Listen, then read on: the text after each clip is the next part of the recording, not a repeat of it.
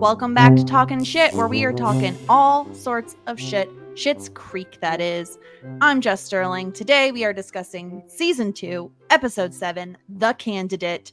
And of course, I'm not alone. I am joined by someone who has a ton of clothes under their bed, just off screen. Stuart. Stuart, how are you? How very dare you? I was going to come in here and be like, I'm running for town. No, that's an accusation and a half, that is. I mean, we've already established whose car is cleaner, so I feel like it's well within my right to be the David in this equation.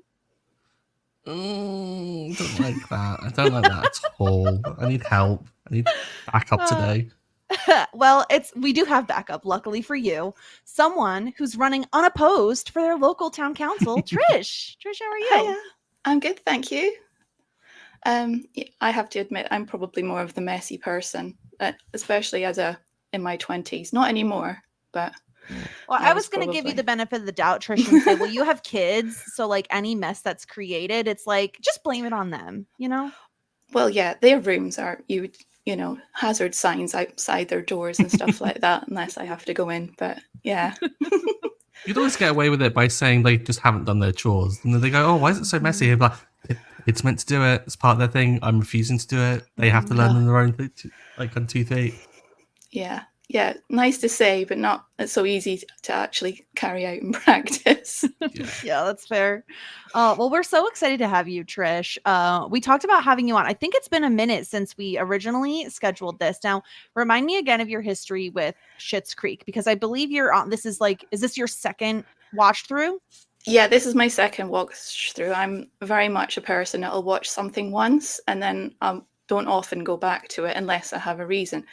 But I watched it in 2020 during the COVID season. I think it came up on my reels. It just constantly was there. And eventually I was like, oh, fine, I'll watch it then. And I was just instantly hooked, to be honest. I think first season I was a little bit more casual about. I think I would be watching it while I was doing other things. But definitely from season 2, I think, at this point especially onwards, I think it just gets better and better, I think. Yeah, gosh. Okay, so for one, it's so interesting to me that now we've had I feel like at least a couple people have said like it was a 2020 show for them. Like that's fascinating, and I feel like says a lot about like where all of our headspaces were at that time, in life and in the world. But also you saying you kept seeing it come up in your reels. It makes me wonder if anybody has ever, I mean, I'm sure people have, but if anybody we know has ever watched the show as a result of seeing GIFs from it, Stuart, because the GIFs are incredible and there's so many good ones. You have to imagine that someone was like, ooh, that's funny. What is this? Let me check it out. Yeah. I mean, the GIFs are so pervasive online. Like they are everywhere. There's a GIF for everything. Like if you go into like Discord or WhatsApp or like Facebook or anything, search for any particular topic, there's always a Schitt's Creek GIF that will like accompany it. And I thought before we started this endeavor that I had practically seen the show through GIF form because I was using them.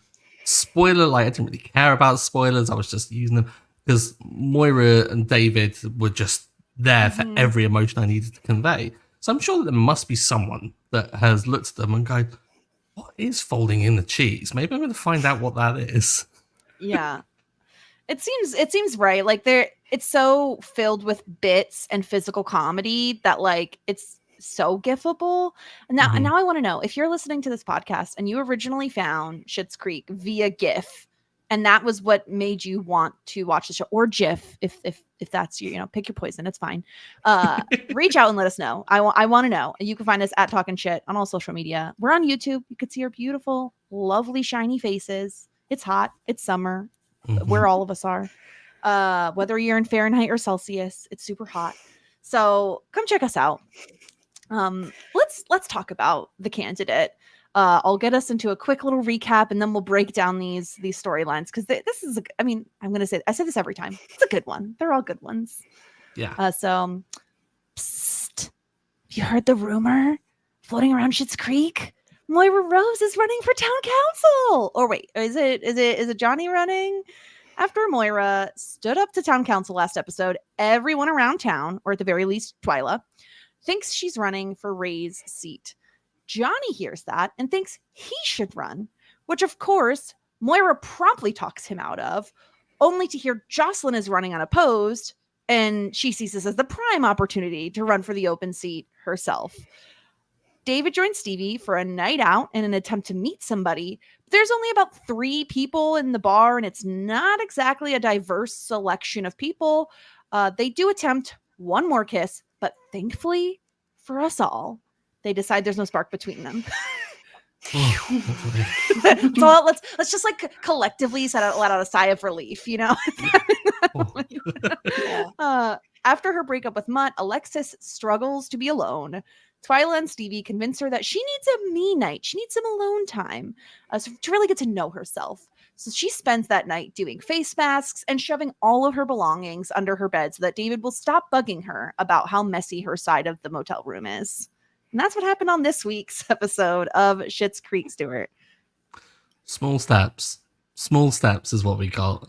And it was good because we've been talking about Alexis for the longest time being vapid, self-involved, and needy to like the point where she's jumped from Ted to Mutt. And now to have it kind of like face out to her and say like, no, you need to learn how to live on your own kind of thing. And we got some progress with it, but not massive amounts. I just love that she did just shove everything under her own bed, and David couldn't help but look just to kind of verify. She's like, no, David, no. Trish, as someone with like adolescent and like pre-teenage children, does this not remind you of like something a child would do? Definitely. I think it's a constant struggle in my house to get children to pick clothes up off their floor, because in teenage logic, it's like worn once doesn't mean it's dirty, but it doesn't on in the drawer or on a chair. So all she needs is a chair. I mean, that's why I used to have as a teenager. There's a concept of a floor drobe, though, isn't there? Is that like different piles denote different kind of cleanliness, but based on kind of where they are in the room, you kind of know where the good spot is, where the bad spot is. Like, you don't go in the funky spot where it smells a bit. Yeah. As an adult, I'm not gonna lie, I still struggle a little bit with this. I'm better about like at least washing my clothes and folding them and everything and putting them away. But I'm not so great at the like, I've worn this, like, okay, as an example, we went out to dinner last night, right? So I changed into something different to wear to go out to dinner. I only wore that thing for like 2 hours because I came home and I immediately changed into like sweatpants. So then it's like, well, then it's not dirty, but it's also not like in pristine condition. So then it just ends up like hanging on a chair, like Trish is saying. Like, it's not exactly ready to be washed or put away. So I can understand where Alexis is coming from, especially because, let's face it, they have one closet in that dinky motel room. She has so many like pairs of clothes. Where is she supposed to put them all? I don't know if you're supposed to treat designer clothes quite the way that she's treating them, though. I think that's a little bit harsh in some ways. But then, as you say, she doesn't really have... She should have got Mutt to build her a nice little cabinet as well, the same time as when he made one for David. Make her a wardrobe. Yeah. That's completely kind of like misstep there. Why didn't she do that? That's infuriating, kind of, because like clearly she could have really done with that. Like, they need the storage so much. Mutt needs something to do other than what they were doing, climbing the rafters and all sorts. But like, surely maybe put into work. Why not? Yeah. The missed opportunity, I think you do need to take advantage of when you're with someone and when you're in a relationship with someone and they have a hobby that could benefit you. I feel like you just need to like lean into that before you break up. That's the unfortunate thing, right? Is now they're broken up, so she can't exactly be like, hey, Mutt, you want to make me, you know, a dresser or something? You know, that's a little awkward. Would you have tolerated their relationship going on longer if it meant that she got a wardrobe out of it? I probably still would have been complaining, but at least Alexis would be benefiting. Yeah, fair play. Yeah. So there's that. But yeah, you know what, though? I can really understand where Alexis is coming from. And I feel like, Trish, this makes a ton of sense for what we know about Alexis as a character, where it seems like she's kind of always gone from relationship to relationship and hasn't had a ton of time not only being single, but also being alone, like not surrounded by friends and family constantly. And so she's really struggling with like what to do with herself, what to do with her time. She doesn't have a job. She's not in school. She has a ton of time to herself. The question is, what does she do with that time? I can relate a little bit as someone who likes to be around people a lot. That, like, what do you exactly do when you're single and there's no one around? Just being alone with your thoughts, like, that's scary. I think you go and sit in a sitting room by yourself with another person, apparently. That's what I could relate to that fact as well. Wanting to sort of have company, but not wanting to intrude too much on other people's time. So she found Stevie in the little reception area. And I thought, is that a new area? I don't remember that from season 1. I think, have they expanded on that slightly? Because I don't remember seeing It's that always before. been there, but it's like we don't really see the angle of that room a ton, I think. Yeah, I think they've kind of maybe done it from a different angle because it does look more spacious, certainly. Like, I don't recall seeing the couch in there before. Maybe the couch is new because I remember like when Johnny comes in and he wants to, like, he's trying to order breakfast or something and she points to like the espresso machine. I don't know if the couch was there at the time, but there was like that little awful breakfast area. But yeah, and I love her going to Twyla, and credit to Twyla Stewart for being like, oh yeah, remember when you told me to end things with Mutt and then like immediately started dating him? There was that chip was on that shoulder, and like I thought that Twyla was just the bigger person, and she kind of she is. She hasn't brought it up, and it hasn't made it into like a big deal or anything. But I didn't think it bothered her as enough to like register and stuff. So it's nice to see that Twyla like does have regular emotions like the rest of us, and she isn't deified. Although I do like to deify her because she's wonderful. While we mentioned Twilight, I have to mention one thing. Those menus are getting bigger. I swear. Every time I see them, like she was carrying them in and they covered her entire torso as she was carrying them in, like over to Johnny and Moira. Maybe they're seasonal. Maybe they've got ones for different seasons, and maybe this the summer menu might be a bit bigger. Could be. I don't know. Yeah, they really are massive. It's interesting to me, Trish, like, I don't know, Alexis doesn't really take a hint, right? Like Twyla's like, oh, I have to work tonight, and oh, when do you close? Well, when everyone leaves. Well, when does everyone leave? Yeah, I think Twyla was very nice in this situation, and I think it was nice to see Twyla actually stick to her guns as well, because whenever Jocelyn and Moira had sort of a similar sort of thing where Moira was trying to force the issue, Jocelyn couldn't really say no to her. But in this, Twyla's able to sort of go, no, actually, you know, we're not there yet as friends. So I think that's I think it's good for her. And it's good for Alexis. Yeah, she also stood up. Well, not really stood up, but like she clarified with Moira when Moira was saying, "Oh, why did you think I would be such a good like representative of the town council?" She was like, "No, I heard a rumor that you had stood up to someone and were good." Twyla's not one to really take things and like kind of just go along with someone else's narrative, which is really good. You would imagine that someone with Twyla's background would stand up for themselves. Yeah, I think she's got as much of an interesting a background as Alexis probably has as well, because all the things that Twyla sometimes says about her family and things and her friends is very interesting so far. It's like you just want to see the history of Schitt's Creek and all the other characters where they were before. Yeah, it's almost like this is like such a stretch, but it would be so funny to read like a Fire and Blood, House of the Dragon sort of thing, but Schitt's Creek edition, where it's like, please give me everyone's historical background just and where they're all the from. Background lore in just one giant novel. Especially between Twyla and Alexis, I think both of them have such an interesting past. It makes for a very natural friendship, right? I mean, beyond the fact that it doesn't seem like there are a ton of people around that age group in town, it makes for a really interesting dynamic. But I really love and appreciate that the show isn't just making Twyla a one-note character of like, she's completely over the mud of it all. I like that she Mhm. brings it back and is like, actually, this is what happened. And yes, they're friendly, but she's not going to just go over to your place for a sleepover because you're lonely. You know, Twyla recognizes that that's exactly what's happening, is that Alexis doesn't understand how to be comfortable in her own skin alone. And I mean, not that I don't know, Stuart, I'm not always trying to take like life lessons from Schitt's Creek, but there is something in what Twyla is saying where it's like, you can't really be a good partner in a relationship until you're comfortable with yourself and you know yourself. Yeah. And so I love that we get that in this episode.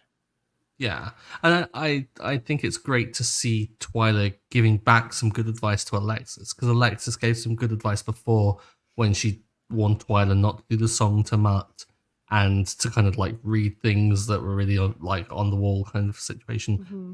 But to return that and kind of to afford Alexis the kind of generosity really of extending kind of this advice to her and just be like, no, you need to learn how to like live by yourself. Well, not live by yourself, but like enjoy your own company is essential and very generous of her. She didn't have to do it.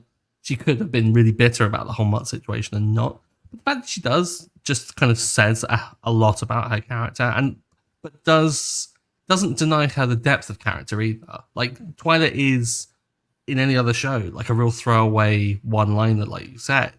But in this show, even if it's just a kind of like small line, it's something to add depth, which is why I'm really appreciating the writing. Because any other show, like we said, it's going to cheap out, whereas this seems to be giving a bit of like due care and attention. Maybe it's because it's Dan Levy's sister. Maybe there's that's like coming into it. I don't know. A little bit of nepotism there. But we are seeing it across the board. Like we're seeing it with Stevie, we're seeing it with Jocelyn, like having some more depth to their kind of personalities.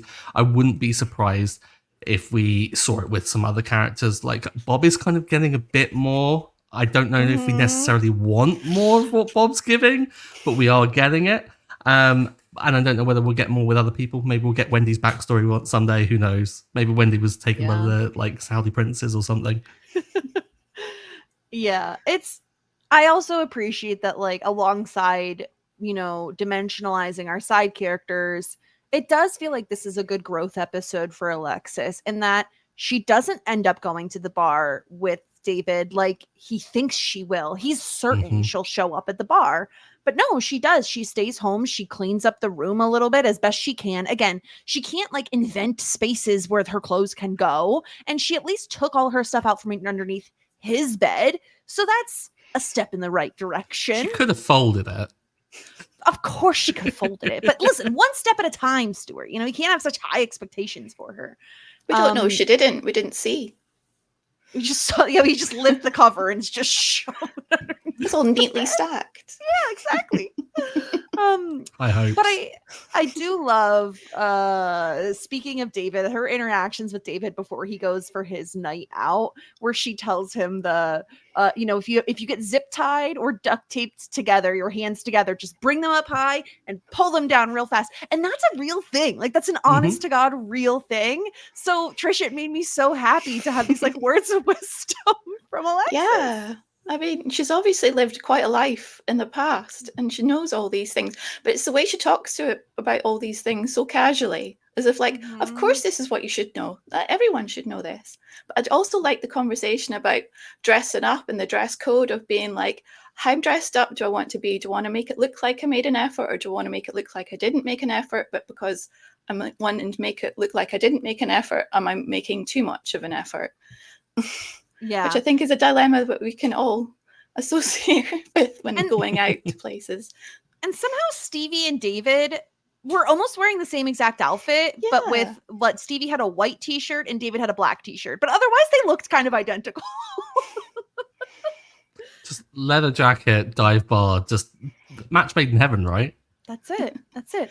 Yeah, Stuart, I have to call you out for the message that you sent me while you were watching this episode, where I just got a message from you that said "again" in all caps with exclamation points and question marks, and then 1 second later, "oh, thank God." And I knew exactly what you had just watched. I needed no context. I really try to like keep opinions on the episode when I'm watching them for this podcast, but there are some times when I just explode and have to like vent to someone. And I was like, I can't do it in the Discord thread that we've got going on, because then I'll get drawn into a conversation that I know if I just bring it up to you, you'll put a lid on it and say, hold it up for the pod and stuff. But I acknowledge your feelings in this moment. Mhm. It was outrageous, right? Like, Yeah. I see why they've done it. They've drawn like the biggest, boldest line underneath it. It's not crossed out, it's underlined. Like, it's done. And I'm thankful for that. But in the moment, it put the fear in me, because I was like, we're doing this? Everyone's telling me that this show gets better and better, and yet we're retreading this ground again? Oh, they know how to play with my emotions. I didn't like it as well. I didn't like how Stevie looked hopeful. And I was just like, no, you're better than that. Stevie, you should be like completely like no as well, same as David. I didn't like that. Yeah, to me, at least in a meta kind of like looking at it from a meta perspective, it feels like they were putting a period at the end of the sentence of, no, this is done. It's not something our viewers have to worry about. It's over. And that's that. And I think that it's another way of poking at the joke of like, there really isn't anybody in this town for them to date. And so they're just going to hang out and have fun as friends. So, and maybe that's like incorrect, or that's what I want to see. But I was at least, I wasn't mad at it, because it was kind of ending that once and for all, and making it so that we're not worrying about this anymore. You see, my memory of the whole thing as a whole is still quite fuzzy, because I've only seen it once. So I was kind of like, I hope this is the last time. I can't remember, but that's why I was thinking of like, no, but hopefully it's the last time, because I could completely forgotten that it happened, and I was, when they started leaning in, I was like, no, don't do it.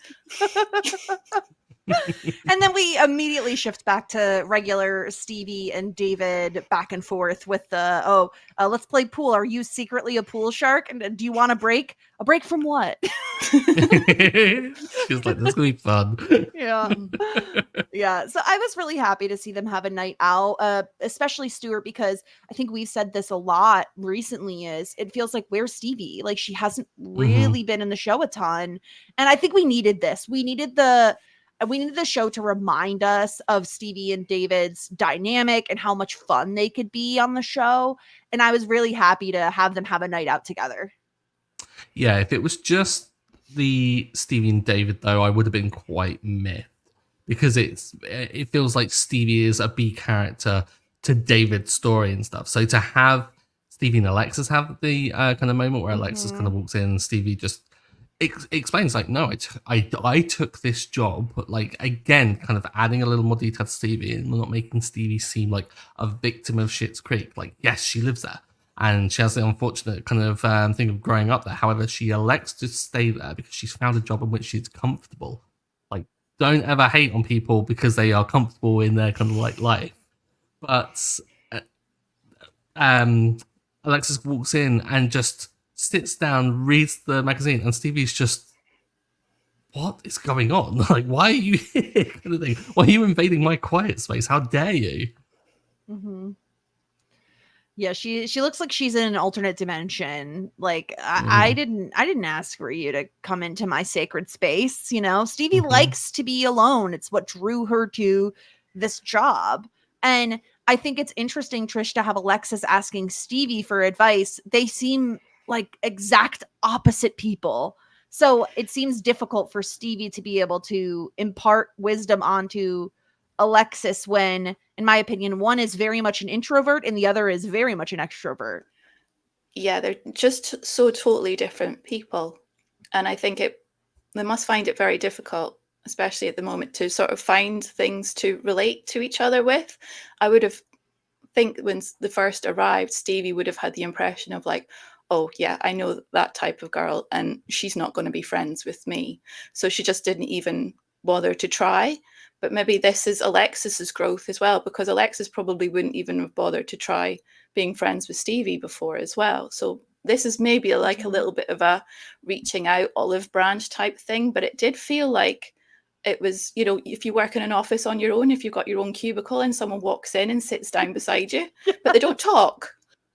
And it's just like, what are you doing? So that is an experience I've had in the past, and it was very odd. But it is one of those strange sort of circumstances, because you could expect that Stevie's probably got very, very little sort of interactions with anyone other than just coming to the desk, asking for something, and then leaving. Yeah. So coming in and sitting down is a bit like, no, this isn't what happened. It's an oddity. It's kind of like when you're on the bus all alone and then someone comes and sits right next to you. And it's like, what are you doing? There are so many other seats. Leave me alone. I think the kind of like Stevie and Alexis being complete polar opposites works really well, because there's so many similarities between Alexis and David. So I think it's like almost a setup, like the easiest setup to make Alexis and Stevie friends, because Stevie is like, oh, you're just the exact same person, just slightly different. So I can see them getting on really well. But yeah, again, I think it's like you said, Trish, is that neither have really given each other the time of day to even bother, because they kind of probably prejudged each other. I certainly think there's some merit to that. Yeah. Yeah. Let's talk about Moira and Johnny, because this is interesting and hilarious. It's just, I'm trying to figure out exactly where Moira is coming from here, right? Because she hears the rumor from Twyla, oh, we hear you're running for town council. She says, no, of course I'm not. This puts the idea into Johnny's head. And as Bob says, he's not doing much. He's just going to Bob's garage. And if I wouldn't know better, I'd think you'd have a crush on me, Johnny. It's so awkward and awful and hilarious and how terrible. can you like Bob? Like everyone has said, like the jog isn't enough, and I've been giving you the benefit of the doubt up until this point, because I was like, the jog is funny, it is entertaining, but then this scene happened, and then we've also had some kind of like sus behavior from Bob up until now. So I was like, how is Bob so highly rated by Jess? Like, this jog better just make more appearances in the future. Otherwise, I think that we're going to have a conversation. Let's let him cook. Cringe. You know, just let him cook. He needs time. I do think he does get better. He's always going to be a little awkward. But I think the combination of the Bob jog and where they take Bob's character is probably why I have such a fondness for him. But yeah, this scene is bad. It's just bad. It's cringy. It's awful. Our friend Todd was probably dying of cringe the entire time because he does not like cringe comedy. Same. To be honest, I was it's one of those moments where I was thinking, I mean, if I wasn't watching this for a podcast, I might fast forwarded that bit, because it was just like so it's kind of like, yeah, let's just get to the next person, because he's just being a bit weird. Yeah, and so, you know, this is when Johnny thinks, well, you know what? I'll run for town council. Like, I think we can make some really good change in the town. And Moira poo-poos the idea. She says, no, you have so much more in you. You could do so much better. Don't waste your time. They're a bunch of schmucks. Like, that, you know, it's whatever. Don't even bother. But I don't know, Trish. Is it because Jocelyn is running, or is it because Jocelyn is running unopposed, or is it because there were rumors of her running? Is it the adoration? What is it that kind of shifts Moira's mind into wanting to run for town council? I think it's partly because of the fact that Jocelyn is Roland's wife as well. I think that has a large part to do with it. The fact that if two people in the same family are on the council together, then they're going to be able to steamroll over everyone. I mean, we already know what Bob's like, so he's not going to be he's already maybe a soft target that they can just talk him around to doing what they want anyway. So I think initially Moira wasn't interested, but the more she thought about it, the more she thought that, oh no, actually, this is, you know, I can't have her run unopposed. Someone has to run against him. But John's far too busy. He's made for bigger, higher things than this. I will take on the responsibility and the duty to be a member of the town council. I think more than I genuinely think that when she was talking Johnny out of it, it was because she wanted him to concentrate on his business plans, because she doesn't know what he's doing when he goes to Bob's garage. She thinks that he is actually genuinely working on a plan to get them out of there. And she wants his focus to be on that, because that's what she wants more than anything else. So I think it was, her heart was in the right place, I think, by dissuading Johnny, even though Johnny wasn't very impressed by her at the end. But I think the way that they were at the coffee shop at the end with the when they were chatting, and how Johnny was so sort of like sort of saying things in a very passive aggressive way. Yeah. And Moira would just reply, "How long are you going to keep this up for?" It's like, "Oh yeah, just a few more minutes." As someone who has been married for 20 years, that is something I can relate to quite strongly. Sometimes you just need to let people vent, and then you're like, "I understand. Okay, yes, you're mad at me. Yep. You need to atone for your sins." Exactly. Yeah. Yeah, it's like you have to sentence the people sometimes. It's like, how much more time? It's like at least 10 minutes and then you're out of jail. It's fine. But you will suffer for another 10 minutes. I love that. The whole conversation, I was just thinking, is this what the Clintons are like? Are they like dissuading each other from running? Because there was like that whole thing of like, maybe I should do it. Oh no, maybe I should do it. And I definitely think that conversation has happened before. Maybe they learnt it from I think they said that they like were friends with the Clintons earlier. Yeah. In fact, Hillary was afraid of Moira. She intimidated her. Quite rightly. Maybe we could have had Moira Rose for going up against Donald Trump way back when. Maybe she would have won. To see it. Fingers crossed.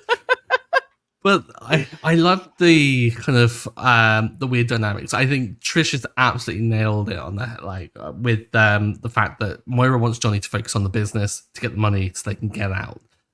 Whether or not I think Moira has a better strategy in mind here, I doubt. I think it does just come down to pure unbridled jealousy that she doesn't want Jocelyn to be the star of the show, because Jocelyn is the Schitt's Creek popular gal when it comes to like women of a certain age.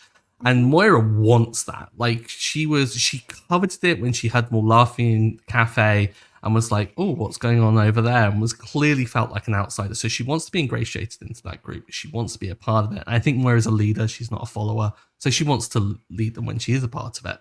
So of course she wants to, like, when she hears that Jocelyn's doing it, she wants that for herself. But also, I wonder if there is a mild element of strategy, because she knows that if Johnny does raise enough money, that they still has to get the mayor to sign off on things, because we saw kind of Roland having to sign the document at the end of the last season. Maybe Jocelyn, with her love of Schitt's Creek, might also add like a veto to that or something. So maybe it is, I don't know, complete and utter conspiracy theorizing here, but I'm here for it. I kind of like that idea of Jocelyn and Moira just going head to head in terms of like ownership of the town and who can be freed and who can't. I love it. Yeah, there is sort of a frenemies vibe with them sometimes, right? It is fascinating. Moira wants to be the center of attention, no matter how small the venue, no matter, right? It's just Schitt's Creek. It's a small, tiny town, but she likes the adoration. And I think you can see the parallels with Alexis here, right? She's a little bit of a chip off her mother's block. Like she wants the adoration. She wants the attention. And already with the Jazzagals, it's what Jocelyn is running, right? She's the one who organizes the Jazzagals, and now she's going to get town council. And on top of that, I think the Roses don't always see eye to eye with Roland, and I think it is kind of scary to have the idea of, what do they say? They'll have a virtual monopoly on the town. So I could see that being the case, and let's face it, Moira must be a little bored at this point, right? She's a very passionate person. And why not, as Johnny says, kind of focus those passions and attention on doing some good for the town? I think it makes sense. I think it's a little bit... Trish, I don't know how I would feel if I considered Moira to be at least a friend, or at least like a close acquaintance, and I said I was running unopposed for town council, and my friend was like, well, guess what? Now you've got some friendly competition. I don't think I'd be very happy with them. I don't know. It's can't say I've ever considered the idea of running from place of having a place of authority, as like my awkwardness would not cope with that too well at all. So I can see what you mean, though. The dynamic of the two of them are like saying, "Oh yeah, I'm unopposed," and I'm like, "No, you can't be unopposed. I will refuse to let you run unopposed." I mean, what's the point of that? So, because of course Ronnie's already on part of the council, isn't she? So she's quite. I think she was quite pro the idea of there actually being more competition for it, which is, I think, good. It's nice to see Ronnie getting more lines as well. Yeah. Ronnie was stirring the pot. Like you could, I kind of like it. I've been talking about Moira and Ronnie going head to head for a while now, and I think I actually kind of like this role a bit better of just Ronnie being the one to go, no, you and you go head to head, and I'm going to watch from the background, because Ronnie kind of, I think, lives for the drama a little bit, but also I think Ronnie is also looking out for the town council as well, because Moira did a really good job. Moira got stuff done, and Ronnie last episode was really genuinely impressed. So I think she does want Moira to actually apply herself, because I think having like diversity in terms of like mind frames on the council is probably a good thing, because I think Bob and Roland are clearly so comfortable where they are, and I think Jocelyn will just play into that. I mean, she's someone that accommodates Roland as it is already, so like I can't imagine that she's going to really kind of push him to do better. So maybe Moira is what's needed. Maybe Moira for town council is a great idea. I think it's definitely like a fresh pair of eyes in the world, in the council, because the fact that last episode when she was walking past the dirty mattress and she says, no one even pays attention to this stuff. Why is it here? And it's nice to see that she's actually beginning to notice the things as well, because it feels less like a place that she's just having to endure for a short term. And she's more feeling like, well, if I'm going to live here, I'm going to make this place a place I want to live in, which is, I think, growth as well for her. Yeah, Moira's a little high maintenance. You know, she has high expectations, which isn't always a bad thing because at the very least, if you're going to like meet in the middle, her high expectations and their low expectations, well, at least she'll kind of improve some things because Moira's going to fight for it. And Stuart, I'm going to make another Parks and Rec reference, which you're not really going to understand. But I think Moira is almost like a bizarro version of Amy Poehler's Leslie Knope in Parks and Rec, where like Leslie is much more of a workhorse than I would say Moira is, but they share passion. They have that in common. And I really think Moira could get things done if she wanted to. It's just what are Moira's priorities? I think is probably where the buck stops. It's like, what exactly is she going to be fighting for? Is it going to be that wheelchair ramps shouldn't shoot people out into traffic? I don't know. But it's going to be interesting to say the least, right? And I think it'll be fun to see how this changes the Moira Jocelyn dynamic a little bit, because they've always kind of been on the same side, and now they're going to be against each other. So that's going to be interesting. I think it's really well set up, because we've also seen this kind of slowly brewing away, this kind of like slight tension between the two. Like first off, the Jazz Gals, but I think also with the I'm just going to use your kitchen, and Jocelyn showing actual frustration. Like maybe there is this kind of like brewing tension. And I think it's good that we don't just establish them two as friends and then that's it for the remainder of the show. I like these kind of like different waves of relationships of like kind of sometimes they're hot, sometimes they're cold. I think it's a good thing that they kind of are dynamic like that, because again, it lends itself to some really good writing. So I'm surprised to actually see some of those earlier choices start to pay off here, and to show kind of some frustration maybe from Moira in terms of resentment towards Jocelyn, but also I think Jocelyn just being like, this bitch again coming for my gig, what is she doing? So yeah, if things explode between these two, I kind of want it to happen, but also I love them both, so I don't want it to happen. So yeah, you're the world's biggest Jocelyn stan, so I love her so much. How are you going to pick sides? Moira versus Jocelyn? I mean, I can't see it being cataclysmic. I can see it being just almost like one of those fights where no one actually hits each other. Really. They just flick each other a couple times. Yeah, like it's okay to watch a little like kind of scuffle like that, but as long as they both come out unscathed, I'll be happy.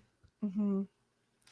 Well, let's get into some feedback that we got from the listeners. Jared says, I usually prefer joke-heavy episodes, but this one was pretty memorable to me because of how much plot/character there is here. That being said, outside of Moira, I don't think it's all that funny. Trish, what do you have to say to that? I mean, I don't often think of Schitt's Creek as a laugh-out-loud comedy. I know it has funny moments, but I think of it more of a family sort of dynamic of almost like a sitcom in a way where there's drama as well.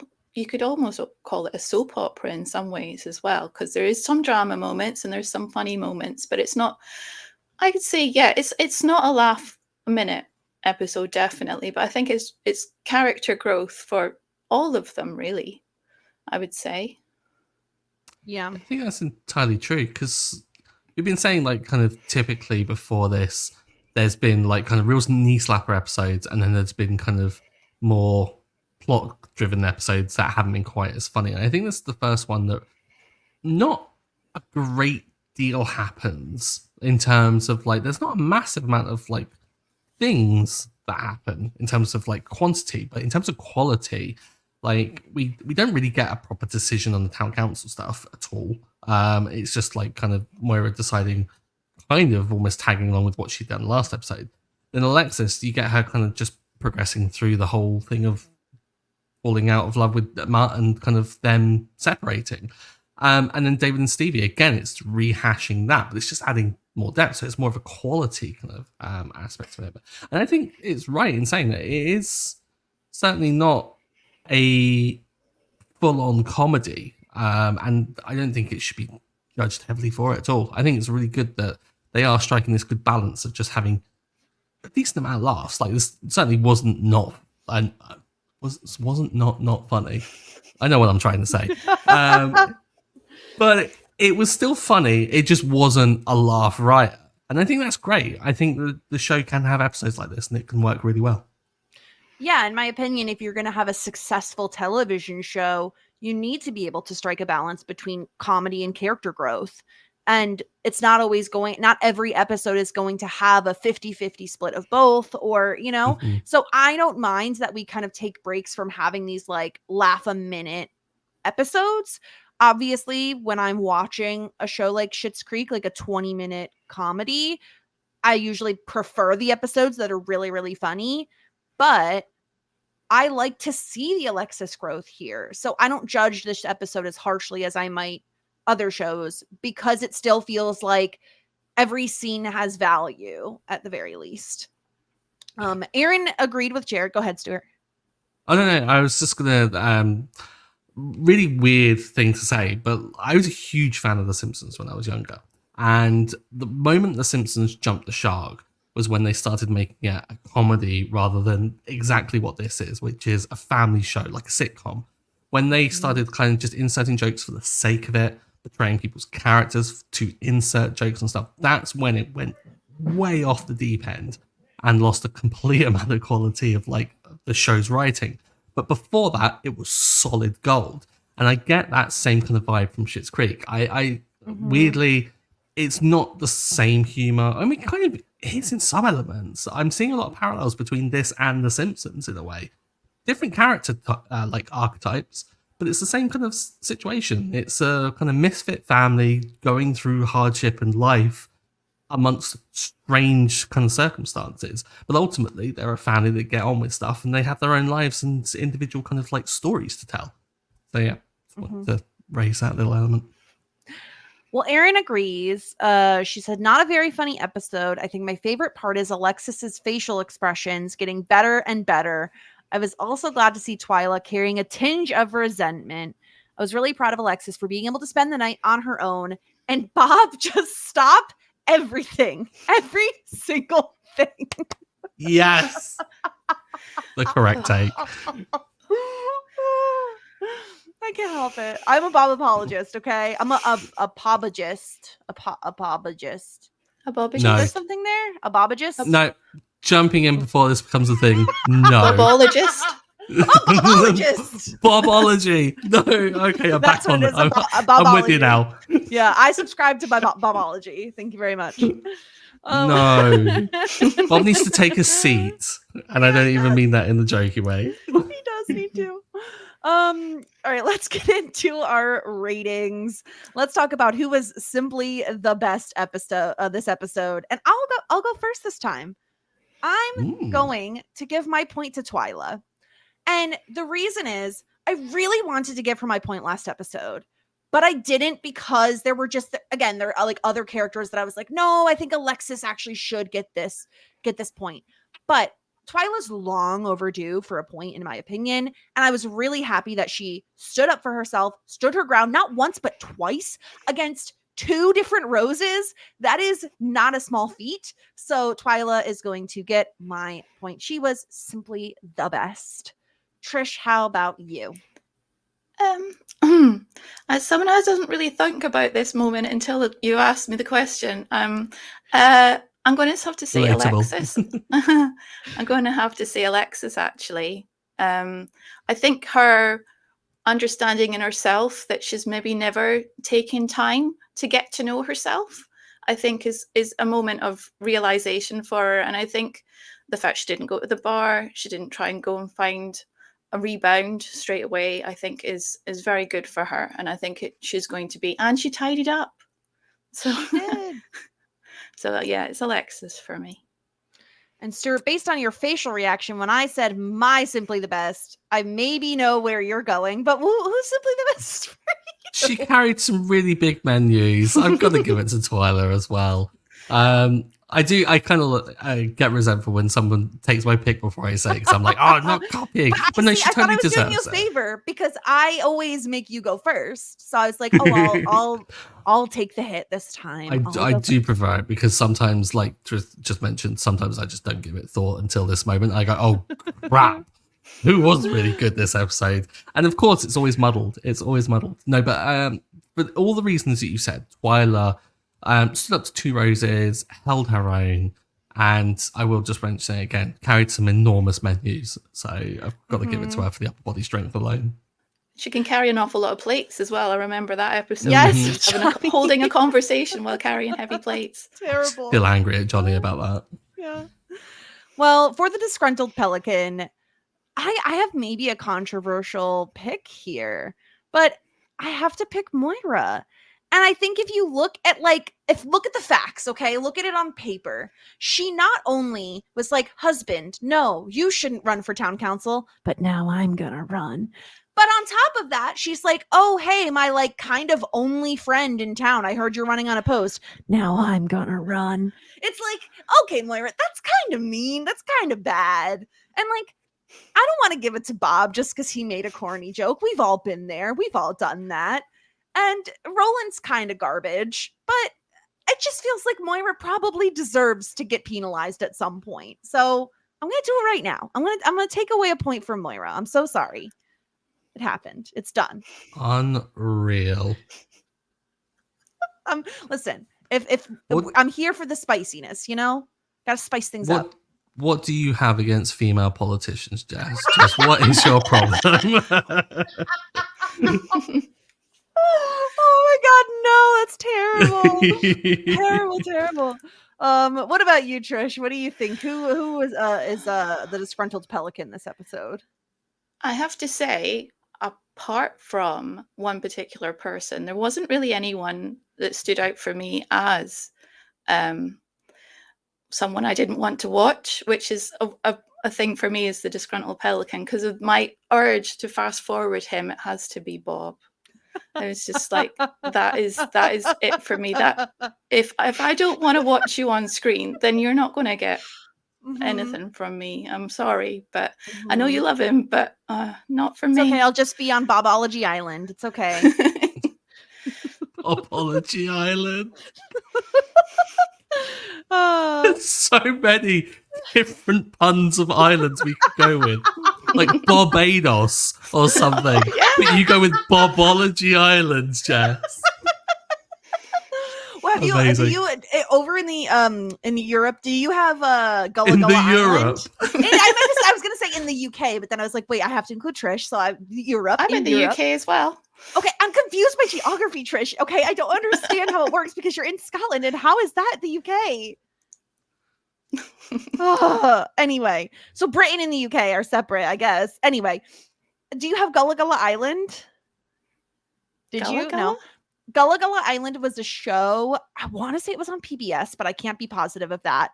When I was a kid, and it was like this. There was like a frog, and I don't know. It was like a kid's show, and it just like Gullah Gullah Island, Gullah Gullah Gullah Gullah. And I don't know why I was like, is there something there with like Baba Island? No. Well, there's Barbados is Balamori, better. so you could have Bobamori. Oh, What's the story in Balamori? Balamori? That was Wouldn't our you kids' like to TV know? show. That was in Scotland as well. A little island. It's it's set in a little island, but it's not. The island's an actual different name than what it is. But that was our kids' TV island. Was Balamori? Yes, you are looking confused. Did you not have Balamori? I have no idea. It sounded like you're saying like calamari. I have no idea what you're talking about. Incredible. Oh. Expect a social clip with me throwing in the Balamori Cannot theme wait. tune right now. Yes, please. I can't wait. You'll have to find Gullah Gullah Island too. It's really good. Oh yeah. Spot. Okay. It's gonna be like but Pappy Land all over again, isn't it? Oh, Pappy Druid, icon. But yeah, I'm on Barbados. I'm in the Caribbean. There's other B ones, but anyway, Stuart, who's your disgruntled pelican? Probably gonna be Bob. Crikey. After all this, I'm so glad that Trish said Bob because it makes me feel less bad about not saying Bob here. Oh, I'm gonna say Roland, yeah, get him. which I know is like a nice easy default to go for, but Roland tried to inhibit the democratic process, and as an unelected mayor of this town, I have to take umbrage with this. It is outrageous. I kind of forgot about that. Yeah. In this year of all years, everyone, if you're listening to this, go out and vote. If you're in the UK, Yes, well done for please. going out and voting. Yep. But I will not stand for anti-democratic sentiment Get him. from a Canadian show. We stand democracy on this podcast. Okay, folks. Yeah. Yeah, get out and vote. Yeah, exactly. Please. That is hilarious and such a good point. Shame on you, Roland. Shame for shame. And it's also Actually, mean can how I- he's like, oh, I'll sign your thing, Johnny, but I'll sign in the date spot. So bleh. Yeah, That's the worst. spoiling the ballots. Yeah. Yeah. I never, because you don't really think about the fact of, oh, why is Roland being so against this? But that is the reason why he's been against it, is because he wants his wife on the council. Of course he does. Mm-hmm. Nepotism. It's awful. That's Don't bad, like bad, that. bad. Nope. All right. Well, let's get into the wig watch because we did get a pretty great wig this episode from one Finally. Moira Rose. Look at this. If you're watching us on YouTube, you could see a picture. Moira is sporting quite an interesting like a bob, I guess, with a little bit of bangs or fringe, as you might say over there. And a little bit of like a darker underneath, like a blackish brownish underneath. I think this is a great look for her, Stuart, especially with the glasses. It's a business wig. Like Moira, it means business this entire episode. Mhm. Like nothing about this doesn't scream business, right? Right? Yeah. Right? Mm. Please? Anyone? No, I think agree. I think it's like because she was going to be with the Jazzy Girls all day as well. So this was even planned out before she did anything to do with the council. But it's her, Mhm. oh yeah, I'm going to be surrounded by people who I want to admire me and like me. So I want to look my best. So I'm going to wear one of my best wigs. Mhm. And I think it does really suit her. It sits nice on her skin tone as well. I think it looks great with the lipstick, and especially paired with the like sport jacket thing where it has shoulder pads. It's really giving like business bitch here to slay. Mhm. You know, Mhm. I love this wig on Moira. It's great. It's perfect. All right, and you know what that means? It's time to tier rate the episodes. Always a controversial moment. Not usually, but sometimes it is. Will had some thoughts last time. So we'll see. Will had too many thoughts, some would say. Yeah, well, stop with the thoughts already. Okay? So as a reminder, our tiers are as follows: hot shit at the top, then full bouquet. Love that journey for me. You, David, and shit out of luck. today we are slotting in the candidate. So as usual, I would go to our guest first. Trish, what are you vibing with? Where do you think the candidate belongs? I kind of, just because the fact that it matches with what actually happened in the episode, is Love That Journey for me, because I think every single character was on a journey in this episode, especially Alexis, and she's the one that says, love that journey for you. So that bit high up, I would say it would be a very, very high Love That Journey for me, more than anything else. Stuart, I where do you stand? completely agree. I think this is, again, I don't think it's a kind of knee slapper of an episode in terms of the comedy, but it does drive the plot and the character development really quite forward. But it's a good, solid episode. Not a standout, but it's a good episode. And so I think it should be in the kind of, I always think of these kind of ranking systems of like being mid isn't necessarily a bad thing. It means it's a perfectly acceptable episode. And I do think it's at the kind of upper end. So I think maybe ahead of Jazzagals. But I'd certainly put it there. What about you? Yeah, I agree. I think it's an average episode. And like you're saying, Stuart, when we're comparing it against itself. So an average Schitt's Creek episode is still a great episode of television. And I do think that's where this one falls. It's not, it stands out for the Alexis stuff, but I think the Stevie and David stuff is just mid for me. And the Moira and Johnny stuff is also kind of mid for me. So I can't see it being above Love That Journey for me. But I agree with you. I'm totally comfortable putting it in the top of Love That Journey for me, ahead of Jazzagals. I really like this episode for the Alexis stuff alone, but in order for me to want to put it higher, all three of those storylines would have had to have been above average, and I don't think they were. Yeah. So yeah, wow, look at that, quick and easy. We've slotted that one in Love That Journey for me. Where our tier list is looking pretty balanced overall, I would say. Pretty happy with that. I mean, balance finds itself in this whole process. Anyone who thinks that we were rating too high early on, just trust the process. We know what we're doing. Yeah. This is our second season. We're professionals. You see, you're gonna, if you, yes, we're professionals. you need to find one for the bottom tier. And it's like, and I'm like, I don't think there is one.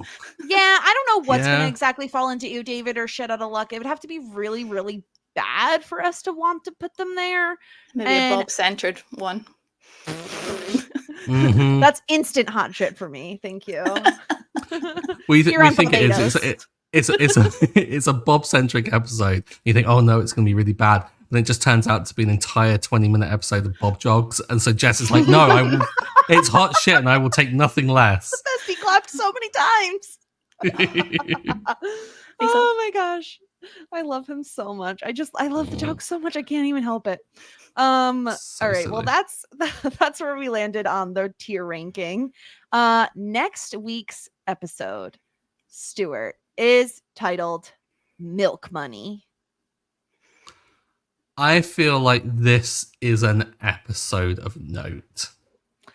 I don't know why. It's basically, and I'm not spoiling anything here, season 2, episode 8, entitled Milk Money, is a very Canadian episode of Schitt's Creek. And therefore, I think we're going to get into a topic. Yes, and we are going to have a very special Canadian guest, a returning guest.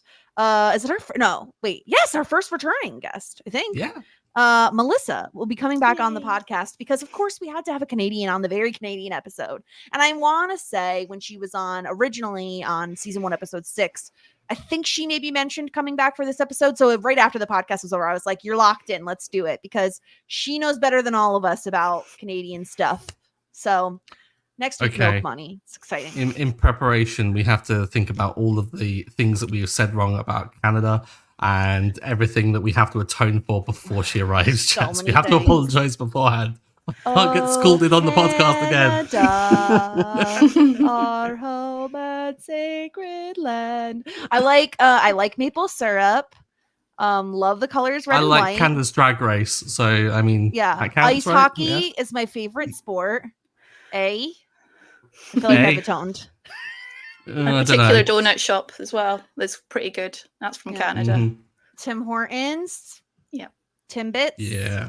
Thumbs up. Poutine, excellent. There's actually, okay, this is a side tangent, but it's fine. It's the end of the podcast. You could, if you don't want to hear the side tangent, it's fine. We'll see you next week. There is this dog on TikTok. And I watch this woman, and she lives in New York City, and she fosters dogs a lot. And I just love that. I love seeing their little journeys, love that journey for them. It's just wonderful. And she's been fostering this dog named Poutine.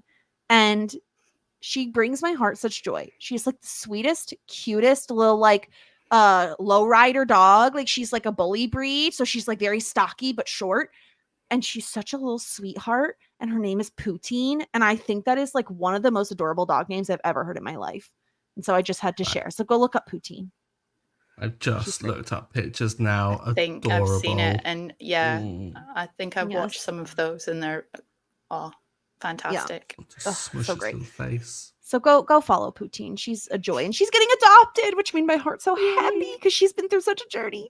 Anyway, I think that's probably about all we have. If you want to contact us, talking shit everywhere on social media. I'm at the Jess Sterling. Stuart is at Stuart Drinks Tea. Trish, what about you? Anything else you want to plug? Anything else you want to talk about? Not really. I'm just here watching you guys, and talking to you is lovely enough for me. Don't really have anything else I'm doing. We loved having you here, Trish.